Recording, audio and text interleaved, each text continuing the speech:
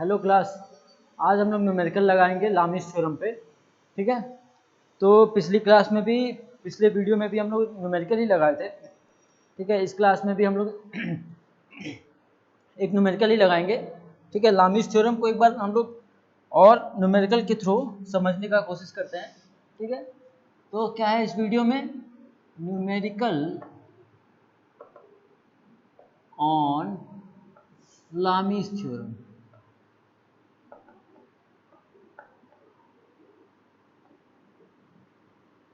ठीक है।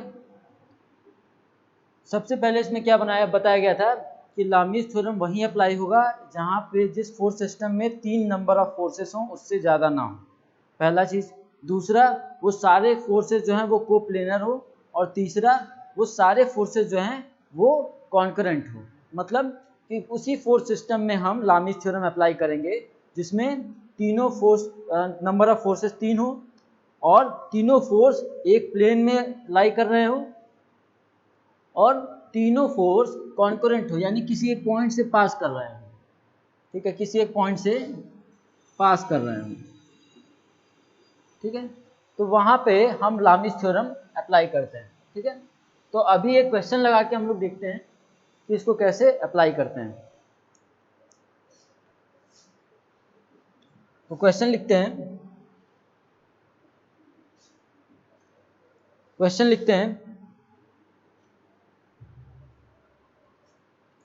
Question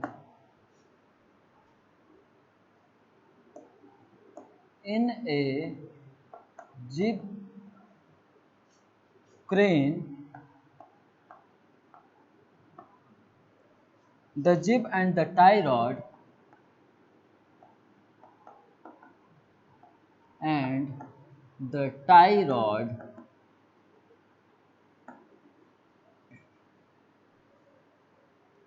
are 5 meter and 4 meter respectively, 4 meter long respectively।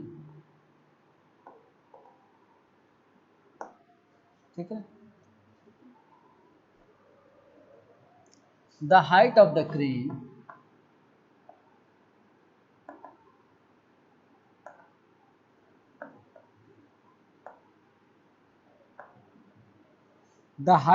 crane post is 3 meter and the tie rod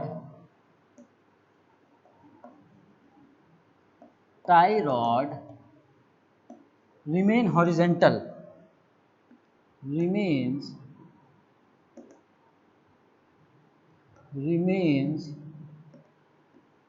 horizontal।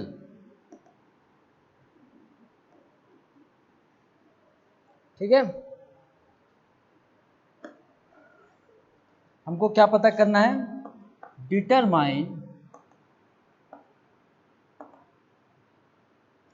Determine the force produced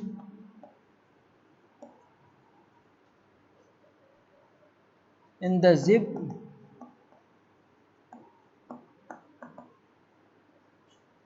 and tie rod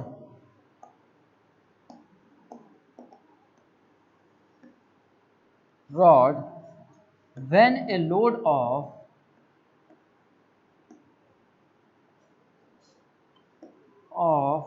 2 kilonewton is suspended at the crane।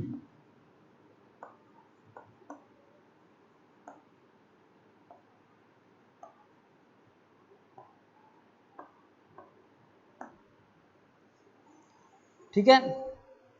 तो इस question में क्या है कि एक zip crane है, ठीक है, और एक टाई रॉड है। ठीक है। उन दोनों का जो लेंथ है वो 5 मीटर है, यानी जिप जो है वो 5 मीटर लेंथ का है और जो क्रेन है, टाई रॉड है, वो 4 मीटर का है। ठीक। Height of the crane posted is 3 metre और जो क्रेन की हाइट है वो 3 मीटर की हाइट पे है, ठीक है। टाई रॉड जो है वो हॉरिजेंटल है, टाई रॉड हॉरिजेंटल है। जब हम क्रेन के ऊपर क्या कर रहे हैं, 2 किलो न्यूटन का लोड लगा रहे हैं, ठीक है। जब हम क्रेन के ऊपर 2 किलो न्यूटन का लोड लगा रहे हैं तो हमको पता क्या करना है कि कितना फोर्स प्रोड्यूस हो रहा है, ठीक है, जिब में और टाई रॉड में, ठीक है। तो अभी ये सिर्फ क्वेश्चन है, क्वेश्चन को अगर फिगर के फॉर्म में कन्वर्ट करें, ठीक है, अगर क्वेश्चन लिखना हो तो लिख लें, अगर क्वेश्चन को फिगर के फॉर्म में कन्वर्ट करें तो इसका एक फिगर हम ड्रॉ करते हैं।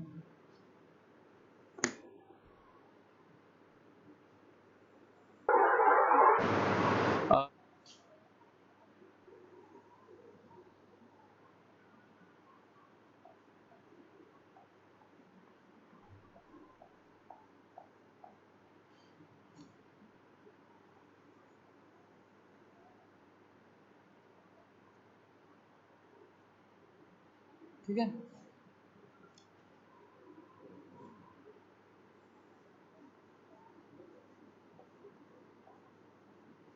ठीक है। अब इस क्वेश्चन को हम फिगर के फॉर्म में कन्वर्ट कर रहे हैं। तो एक जिब क्रेन है, the jib and the tie rod is 5 metre and 4 metre long respectively, यानी जो जिब है वो 5 मीटर लॉन्ग है और जो टाई रॉड है वो 4 मीटर लॉन्ग है, ठीक है। दूसरा कंडीशन क्या है कि जो टाई रॉड है वो हॉरिजेंटल है, यानी टाई रॉड यही होगा, ये टाई रॉड होगा, ठीक है। लिखा हुआ है कि the tie rod remains horizontal, मतलब ये टाई रॉड होगा और इसका लेंथ कितना है, ये लेंथ कितना है, 4 मीटर, ठीक है। और जो जिब है वो 5 मीटर का है, यानी ये डिस्टेंस जो है वो 5 मीटर का है, ठीक है। दूसरा क्या है, the height of the crane post is 3 metre, जो हाइट है क्रेन पोस्ट का वो 3 मीटर है, यानी ये डिस्टेंस जो है वो कितना हुआ, 3 मीटर का, ठीक है, 3 मीटर का हुआ, ठीक है। अब हमको पता क्या करना है, ये जिब रॉड है, ये जिब है और ये टाई रॉड है,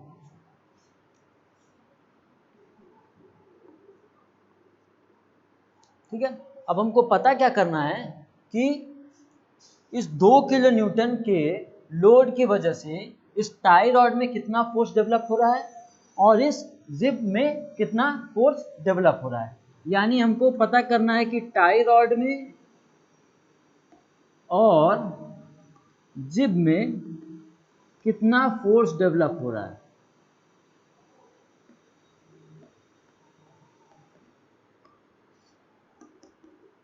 कितना फोर्स डेवलप हो रहा है इसको पता करना है, ठीक है। क्वेश्चन लिख लो, फिगर बना लो, फिर इसको सॉल्व करते हैं।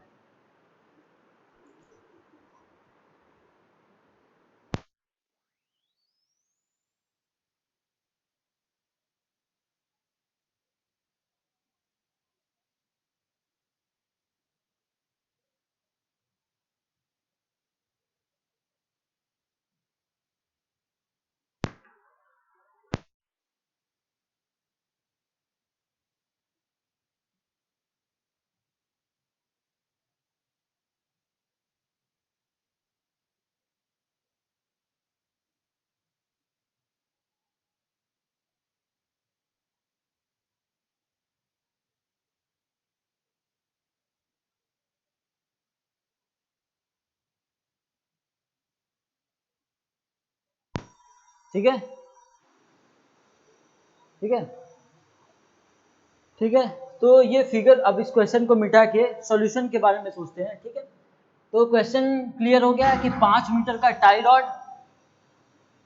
ठीक है, 5 मीटर का जिब है और 4 मीटर लॉन्ग जो है वो टाई रॉड है, ठीक है। इन दोनों का जो हाइट है वो कितना है, 3 मीटर है, ठीक है। और जो टाई रॉड है वो हॉरिजॉन्टल है, ठीक है।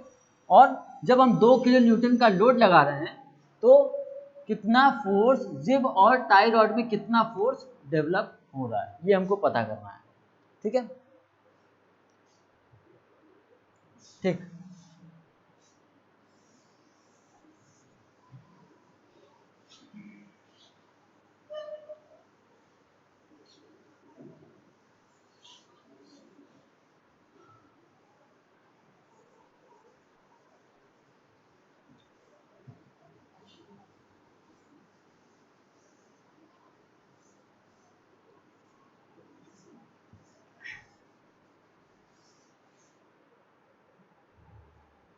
ठीक है, अब इस क्वेश्चन को सॉल्व करने के लिए हम एक फिगर बना देते हैं।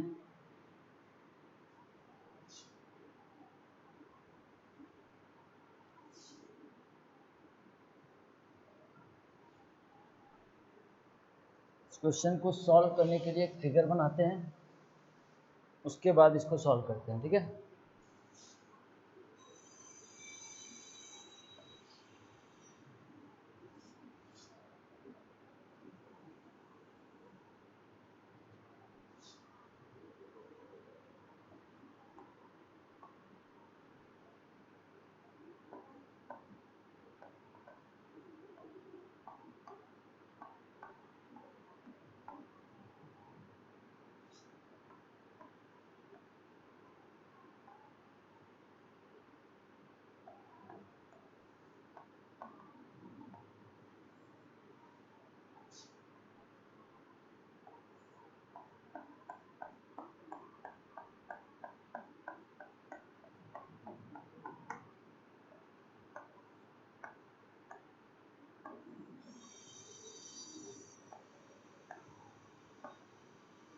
ठीक है, ये फिगर है। ठीक है, अब इसको सॉल्व करने से पहले हमको क्या पता करना होगा कि हमको, क्योंकि फॉर्मूला हमको जो लगाना है वो है P upon sine alpha equal to Q upon sine beta equal to R upon sine gamma. ठीक है, तो सबसे पहले हमको क्या करना है, सबसे पहले हमको क्या करना है कि हमको सारे एंगल्स को फाइंड आउट करना है, आइडेंटिफाई करना है। ठीक है, तो अगर इसको हम ड्रॉ करें, एक FBD टाइप का हम कुछ ड्रॉ करें तो वो कुछ ऐसा दिखेगा।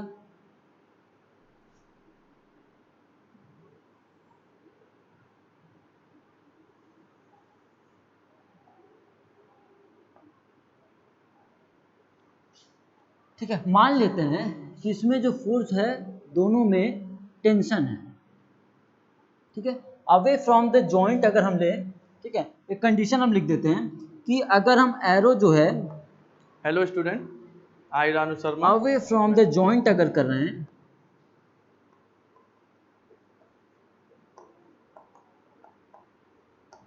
तो उसे हम कहेंगे कि वो टेंशन फोर्स है, टेंसाइल फोर्स है। और अगर एरो जो है वो हम करते हैं टुवर्ड द जॉइंट,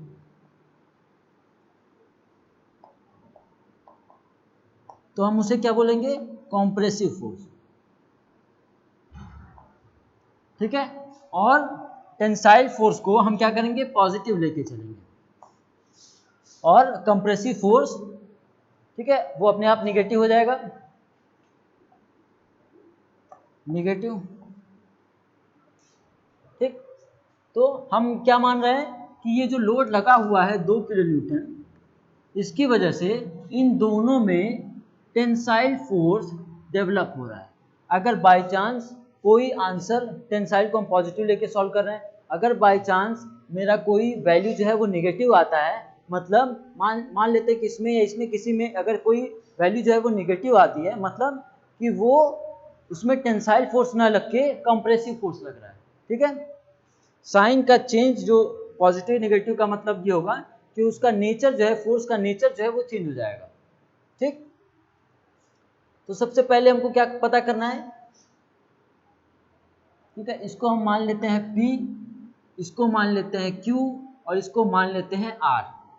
ठीक है, इस लोड को R, इसमें P फोर्स, जिब में Q फोर्स, और टाई रॉड में P फोर्स डेवलप हो रहा है। ठीक है, अब हमको क्या पता करना है, एंगल। ठीक है, तो इन सारे एंगल को फाइंड आउट करना है। ठीक है, तो इसको हम मान लेते हैं क्या, अल्फा मान लेते हैं। ठीक है, इसको मान लेते हैं हम बीटा, और इसको मान लेते हैं हम गामा। ठीक है, पी फोर्स को छोड़ के बाकी दो फोर्स के बीच का एंगल उसे अल्फा मान लिए, क्यू फोर्स को छोड़ के बाकी पी और आर फोर्स के बीच का जो एंगल है उसे बीटा मान लिए, और आर फोर्स उसको छोड़ के बाकी पी और क्यू फोर्स के बीच का जो एंगल है उसे गामा मान लिए। ठीक है, अब हमको एंगल पता करना है, तो हमको पता है साइन अल्फा इक्वल्स टू होता है कितना, परपेंडिकुलर अपॉन हाइपोटेन्यूज, यही होता है। ठीक है, तो परपेंडिकुलर कितना है, अगर हम इसे गामा मान लेते हैं, ठीक है, तो हम गामा एंगल की बात करें, ठीक है, गामा अगर इसको मानते हैं तो गामा एंगल क्या होगा, परपेंडिकुलर अपॉन हाइपोटेन्यूज यानी 3/5, परपेंडिकुलर अपॉन हाइपोटेन्यूज यानी 3/5, क्या होगा 3/5। तो यहाँ से गामा एंगल हमको मिल जाएगा साइन इनवर्स 3/5, और जिसका वैल्यू होगा 36 पॉइंट समथिंग, 3/5 साइन इनवर्स, ठीक है, 36/87 डिग्री। ठीक है, यानी ये एंगल जो हुआ वो 36/87 डिग्री हुआ। ठीक है, अब हमको पता है कि इस लोड, जो वर्टिकल लोड लगा हुआ है, और हमको पता है कि जो टाई रॉड है वो हॉरिजॉन्टल है, तो वर्टिकल लोड और टाई रॉड जो हॉरिजॉन्टल है इनके बीच का एंगल कितना हुआ, 90। तो अगर 90 में से हम गामा का वैल्यू माइनस कर देंगे तो ये वैल्यू मिल जाएगा हमको। ठीक है, तो वो कितना हुआ, 90 माइनस गामा, कितना हुआ, इसका वैल्यू हुआ 53.13 डिग्री, 53.13 डिग्री। अच्छा, टोटल एक सर्किल जो होता है वो 360 डिग्री का होता है, जिसमें से हमको अल्फा और गामा का वैल्यू पता चल गया। तो यानी ये बीटा का वैल्यू कितना हुआ, 360 माइनस 90 इक्वल टू 270 डिग्री, कितना हुआ, 270 डिग्री।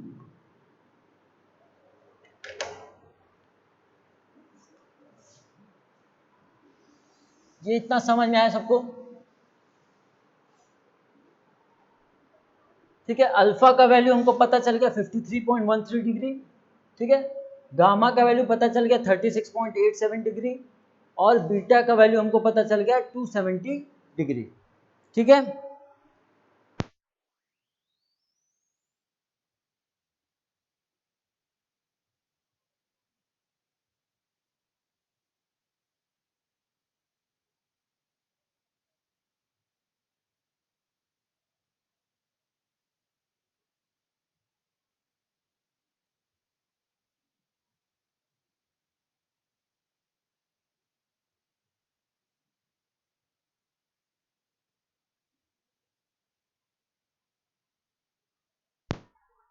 ठीक है, अब हमको सारे एंगल पता चल गए। अब हमको क्या करना है कि इस फॉर्मूले में पुट करके देखना है। ठीक है, तो हमको पता है P upon sine alpha, alpha का वैल्यू कितना हम लोग लिखे हैं 53.13। ठीक है, Q अपॉन कितना हुआ 270 डिग्री, साइन 270 डिग्री।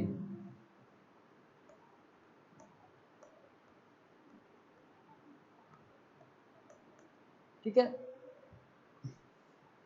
और आर जो लोड है, ठीक है, जो लोड है आर अपॉन उसका एंगल कितना हुआ, इन दोनों के बीच का एंगल गामा कितना हुआ 36.87 डिग्री। ठीक है, कैसे लिखते हैं इसको, टी फोर्स अपॉन बाकी दो फोर्स के बीच का एंगल साइन के साथ equals to Q force upon बाकी दो फोर्स के बीच का एंगल साइन के साथ, ठीक, आर फोर्स अपॉन साइन के साथ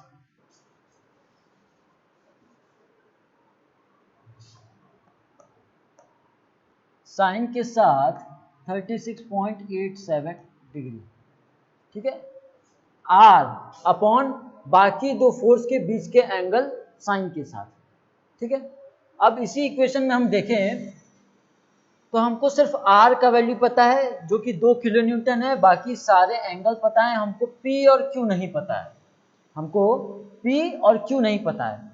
हम क्या करेंगे, दो दो करके इक्वेट करेंगे, पहले इन दोनों को इक्वेट करेंगे, तो इन दोनों को इक्वेट करने से हमको क्या मिलेगा, हमको आर का वैल्यू पता है, साइन का जो भी एंगल है उसका वैल्यू पता है, हमको सिर्फ क्यू नहीं पता है इसमें, तो यहाँ से हमको क्यू का वैल्यू पता चल जाएगा। नेक्स्ट क्या करेंगे, दूसरे इक्वेशन में हम इसको P और R को इक्वेट करेंगे। ठीक है, तो यहाँ हमको क्या है, ये एंगल पता है, ये एंगल पता है, R का वैल्यू पता है, हमको क्या नहीं पता है, सिर्फ P का वैल्यू नहीं पता है, तो यहाँ से हमको P का वैल्यू मिल जाएगा। ठीक है, तो इस तरीके से दोनों वैल्यू जो है हमको मिल जाएगा। तो अभी हम सॉल्व करते हैं, सबसे पहले क्या, R, Q और R को इक्वेट करते हैं। हम क्या करते हैं, Q और R को इक्वेट करते हैं, तो क्या होगा, Q upon sine 270 degree equal to R upon sine 36.87 degree. ठीक है, तो यहाँ से हमको Q का वैल्यू क्या मिल जाएगा, R का वैल्यू 2 किलो न्यूटन है। ठीक है, इनटू क्रॉस मल्टीप्लाई करते हैं तो क्या होगा, साइन 270 डिग्री ऊपर जाके मल्टीप्लाई हो जाएगा, साइन 270 ऊपर जाके मल्टीप्लाई हो जाएगा, डिवाइडेड बाय साइन 36.87 डिग्री। यहां से हमको Q का वैल्यू मिल जाएगा, कितना मिलेगा, 2 sine 270 degree divided by sine 36.87। ठीक है, वैल्यू आ रहा है -3.33 किलो न्यूटन। ठीक है, इसको हम अभी आगे इसको सॉल्व करने के बाद एक्सप्लेन करते हैं कि माइनस का वैल्यू क्या है और इसका मतलब क्या है। ठीक है, अब हमको क्या करना है, इन दोनों को इक्वेट कर दिया हमने, अब हमको इक्वेट करना है P और R को, इन दोनों को इक्वेट करना है, तो हमको यहां से P का वैल्यू मिल जाएगा। ठीक है,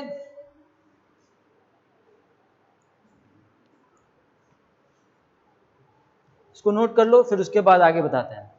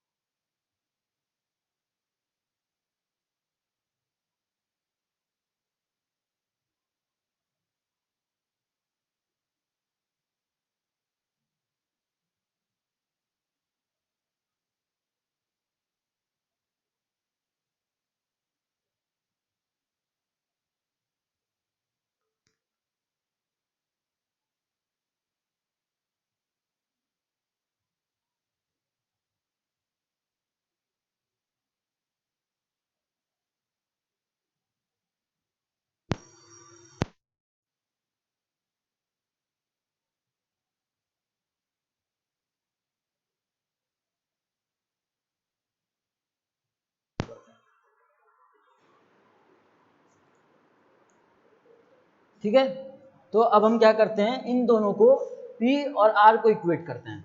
ये वैल्यू कहीं और लिख लेते हैं, Q का वैल्यू हमको क्या मिला, Q का वैल्यू मिला है -333.33 किलो न्यूटन। ठीक है, ये वैल्यू हम लोग नोट कर लेते हैं, बाकी इसको मिटाते हैं।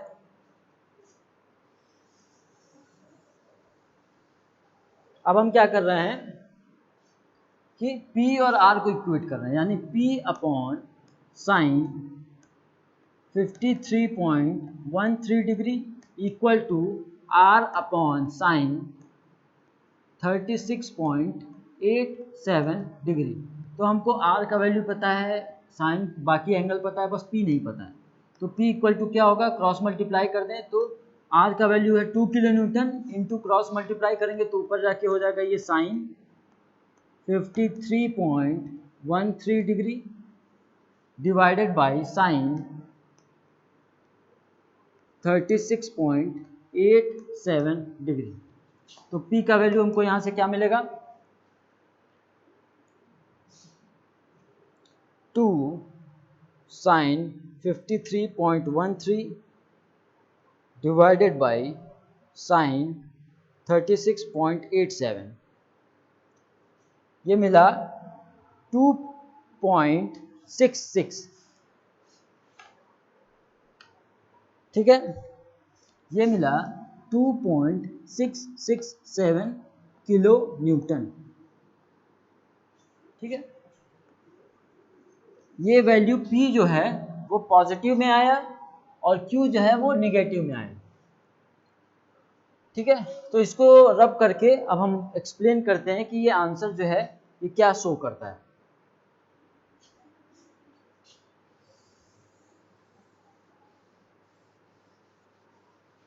ठीक है,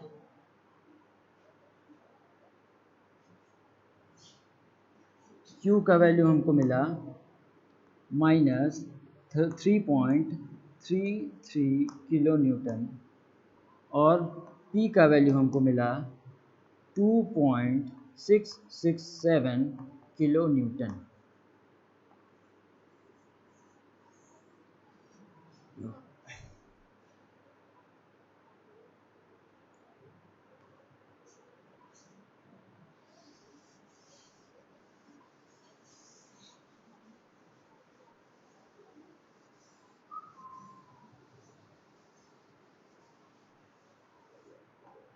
ठीक है, हम जब क्वेश्चन को सॉल्व कर रहे थे, तो सबसे पहले क्या क्या लिखा गया था कि arrow away from the joint is positive tensile force. ठीक है, हम उसको टेंशन मान रहे हैं। ठीक है, arrow away from the joint, यानी इस जॉइंट से एरो अवे जा रहा है, दूर जा रहा है, तो हम क्या मान रहे थे इसको कि वो टेंशन फोर्स है, टेंसाइल फोर्स है। ठीक है, और एरो टुवर्ड्स द जॉइंट, मतलब किसी क्वेश्चन में जो फोर्स लग रहा है वो जॉइंट की तरफ बढ़ रहा है। ठीक है, वो जॉइंट्स की तरफ बढ़ रहा है, तो अगर टुवर्ड्स द जॉइंट आ रहा है तो हम उसको क्या मानेंगे, कंप्रेशन। ठीक है, तो इसका मतलब ये है कि जो P फोर्स हमने पाया वो कितना है, 2.667 किलो न्यूटन। ठीक है, और हमने क्या लिखा था पहले कि वो जो फोर्स लग रहा है वो अवे फ्रॉम द जॉइंट, यानी ये टेंसाइल फोर्स है, टेंशन फोर्स है। ठीक है, और Q में क्या है कि वो -33.33 किलो न्यूटन का टेंशन फोर्स है। ठीक है, क्योंकि हमने क्या माना था कि Q फोर्स जो भी है वो अवे फ्रॉम द जॉइंट है, यानी ये टेंशन फोर्स है। इसको जब हम रिवर्स करेंगे, जब Q equal to 3.33 kilo newton लिखेंगे, जब साइन रिवर्स करेंगे तो इसका मतलब कि अब ये जो है वो कंप्रेसिव फोर्स बता रहा है, कंप्रेशन है।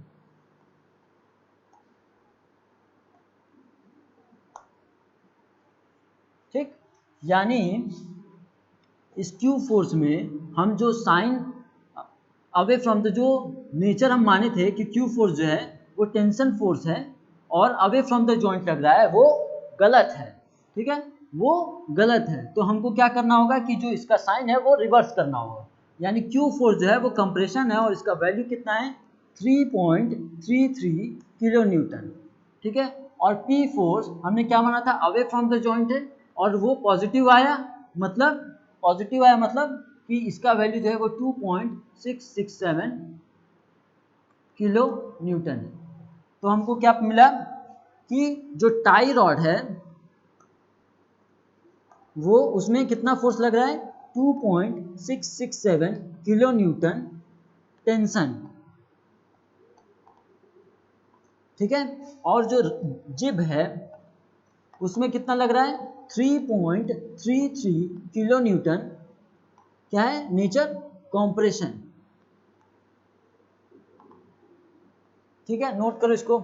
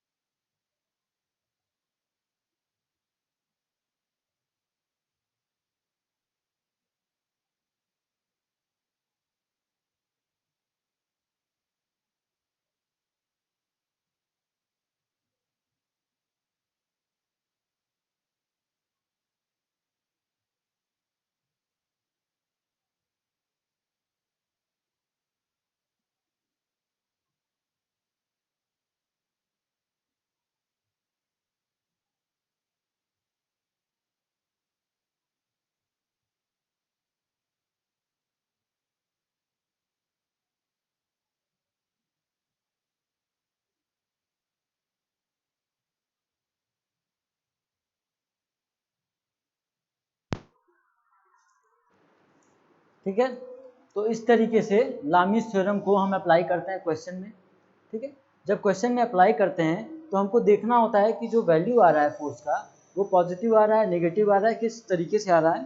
तो उस तरीके से हम फोर्स के नेचर को डिफाइन करते हैं। ठीक है, अगर हम टेंशन को पॉजिटिव लिए हैं तो उसको पॉजिटिव दिखाएंगे, और अगर कंप्रेशन को पॉजिटिव लिए हैं तो कंप्रेशन को पॉजिटिव दिखाएंगे। मतलब अगर कंप्रेशन